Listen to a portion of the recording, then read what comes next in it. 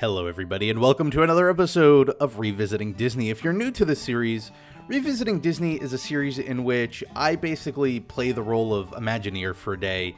I take one attraction or one show at the parks and I give myself an unlimited budget and I give myself complete free creative control, and I just talk about how I would refurbish the ride, replace the ride, build something else up in its place, and it's totally a fun game of what if. It doesn't necessarily mean I hate the ride that I'm revisiting or that I want to see it change. It's just, I think, a fun creative exercise in which you're sort of forced to look at something you really love, which I love almost all of the attractions at Disney World, and think about critically how you would change it or make it better, or what you would do if you were in that role.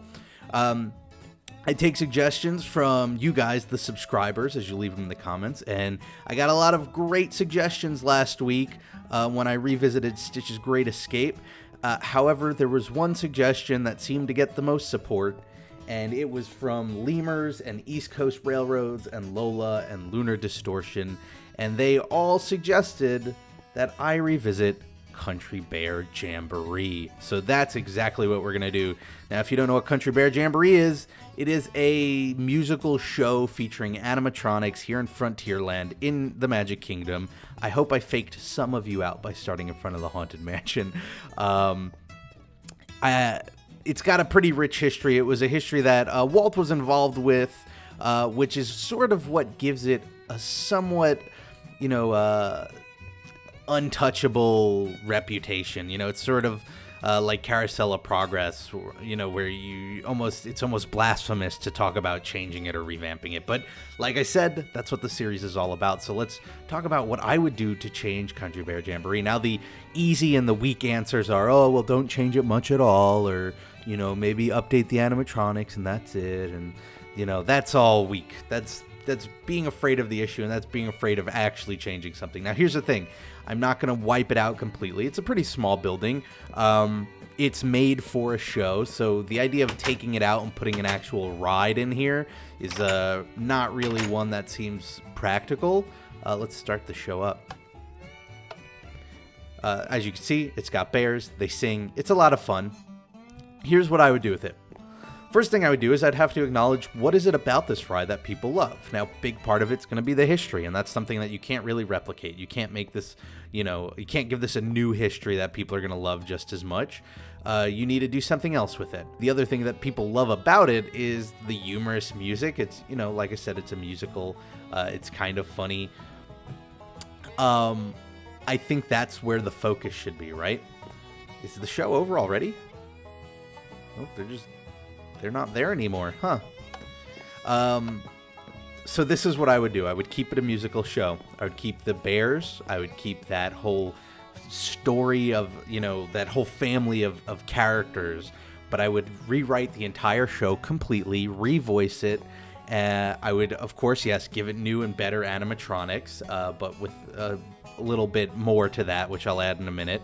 But here's the main focus. Let's get two creative forces together that I think would totally kill this attraction in the best way possible, and that is Pixar, and then Jed Whedon and Marissa, I can't pronounce her last name, Tankorian? I'm sorry, I can't pronounce her name. I'm sure she's watching this.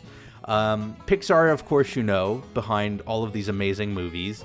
Why I would want to get them involved in writing the story is because what Pixar is really good at is writing humor that is safe and fun for kids, but can also be appreciated on another level by adults. And I think that's something that a show like this would greatly benefit from, is that sort of duality with the humor there, so that, kids will have fun with it, adults will still have fun with it. And that's sort of like really the core spirit of Disney, right? Is, Walt wanted a park where kids and adults can have fun together. And I think that sort of humor totally lends itself to that.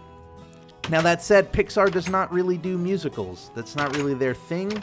They're okay with that, and I'm totally okay with that. However, this is the Country Bear Jamboree, so there should kind of be a jamboree, right? So I'm going with Jed Whedon and Marissa, whose last name, I'll just go with Marissa T. You might not have heard of them. They don't get the highlight that they deserve, but Jed Whedon is Joss Whedon's brother, or half-brother, or stepbrother.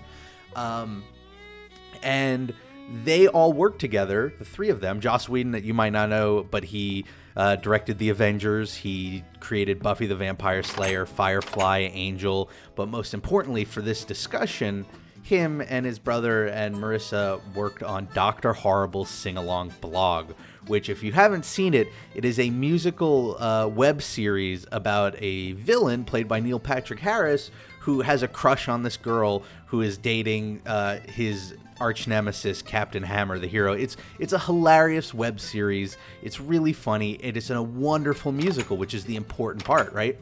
And so I feel like getting this team together, I think currently Jed and Marissa are working on Agents of S.H.I.E.L.D., Joss is working on The Avengers 2, but maybe on their off time, you know, now they're all part of the Disney family, why not get them involved in writing music for this, get Pixar on the story, you will get an amazing story that is hilarious, with hilarious music, an unforgettable soundtrack.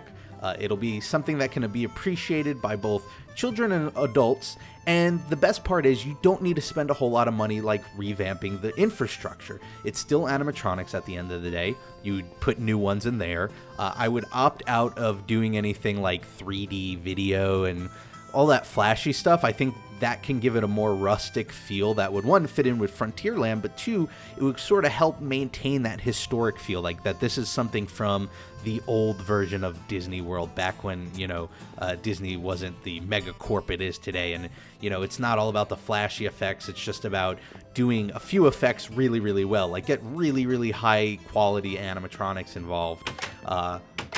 Write out a really funny script, some great music, and I think you'd have a hit on your hands. And here's the best part is, while that alone might seem like a lot of work for what is essentially not a very popular attraction these days, it gives you a lot of freedom to expand on it. I am not a big fan of all the cross promotion and the, you know, utilizing these IPs across all these different mediums, but if you get a funny enough script, a funny enough story, great characters, a great musical soundtrack, then what's to stop Iger and the Disney company from making like a new Country Bear movie that's based off of that? And then you could tie in the two together. I know there was a movie a couple of years ago, it wasn't very good, we won't talk about it, but you can get a movie tie-in going. It'd be a lot of fun, and it would grow the brand and bring some fresh life into Frontierland. And most importantly, what it would do, which I think Disney needs to focus on, is offer up more newer attractions that aren't thrill rides. Because again, what Disney wanted was a park that everybody can enjoy, and that meant children and parents, but it also meant grandparents, and it also meant young children, and it meant people who might not be able to ride a roller coaster or, you know, go on something like Mission Space. So I think it's important to be refurbishing these rides or attractions and shows that provide options for people who can't go on these exciting rides. I know it might not sell as well, but I think it sort of overall lifts the quality of the Disney parks as a whole. So there you have it. That's how I would tackle the Country Bear Jamboree. I was actually really nervous at first when I saw everybody suggesting it, because I had no idea how to even approach that. But once I had that initial idea, the rest came very easy, and I think it'd be a lot of fun. And it's one of those things I actually, you know, a lot of the times I'll revisit attractions and I'll come up with ideas that I don't necessarily want to see happen because I love the original ride. But this is one of the ones where I would like to see this happen. So, you know, Bob Iger, I know it's your day off, you're watching my videos, you know, I'll give you this one for free. So go ahead, you can start working on it. You don't even have to credit me. I'll just pay for a ticket so I can fly down and check it out when it opens. Cool? Cool, thanks. Thank you all for watching. What I would like to hear is what you think should happen to Country Bear Jamboree. Maybe you love that idea, maybe you hate that idea. Maybe it's too sacred to touch, or maybe you think it should be completely removed and put something, you know, completely new in its place. Let me know in the comments below. And more importantly, if you have an idea for an attraction that you want me to revisit, leave that in the comments below as well.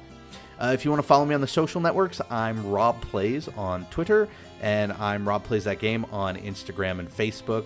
Have a great week, everybody. Whatever you're doing, make the most of it, because it makes it so much better. And I hope to see you all next time for the next episode of Revisiting Disney. Bye, everyone.